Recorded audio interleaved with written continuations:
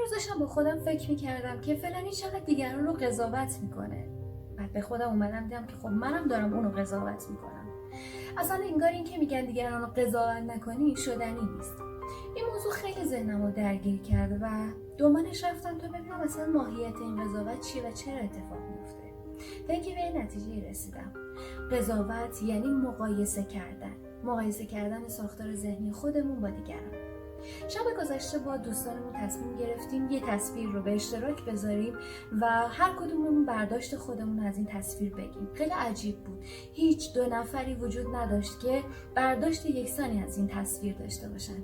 حکایت اون ماجرا که میگن هر کسی از ظن خود شد یار من، از درون خود به جست افکار من. و همین دلیلم میگم که این فرایند مقایسه قطع شدنی نیست و همچنان ادامه خواهد داشت.